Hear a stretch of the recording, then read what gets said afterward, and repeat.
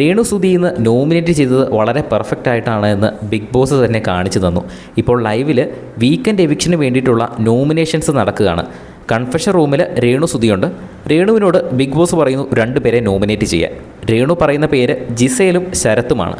ജിസേലിന് പറയുന്ന കാരണം ഇതാണ്: ഉപയോഗിക്കരുത് എന്ന് പറഞ്ഞിട്ടും മേക്കപ്പ് പ്രൊഡക്ട്സ് വീണ്ടും അനുവദനീയമല്ലാത്തത് ഉപയോഗിക്കുന്നുണ്ട് എന്ന്.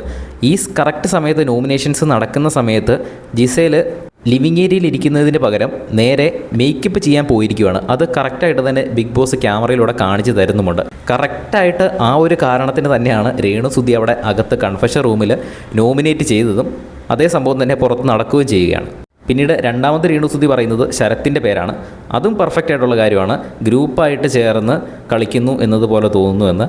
നമുക്കറിയാം, ശരത്തും അക്ബറും ഒരു ടീം പോലെയാണ് ഇപ്പോൾ അവിടെ കളിക്കുന്നത്. ആ ഒരു രേണു പറഞ്ഞ 2 കാരണങ്ങളും കറക്റ്റാണ്. 2 പേരുടെ കാരണങ്ങളും കറക്റ്റാണ്. അങ്ങനെ രേണു സെലക്ട് ചെയ്തിരിക്കുന്ന 2 പേര് ശരത്തും ജിസേലുമാണ്. ബിഗ് ബോസിൻ്റെ കൂടുതൽ ലൈവ് അപ്ഡേറ്റ്സിനായിട്ട് ചാനൽ സബ്സ്ക്രൈബ് ചെയ്യും.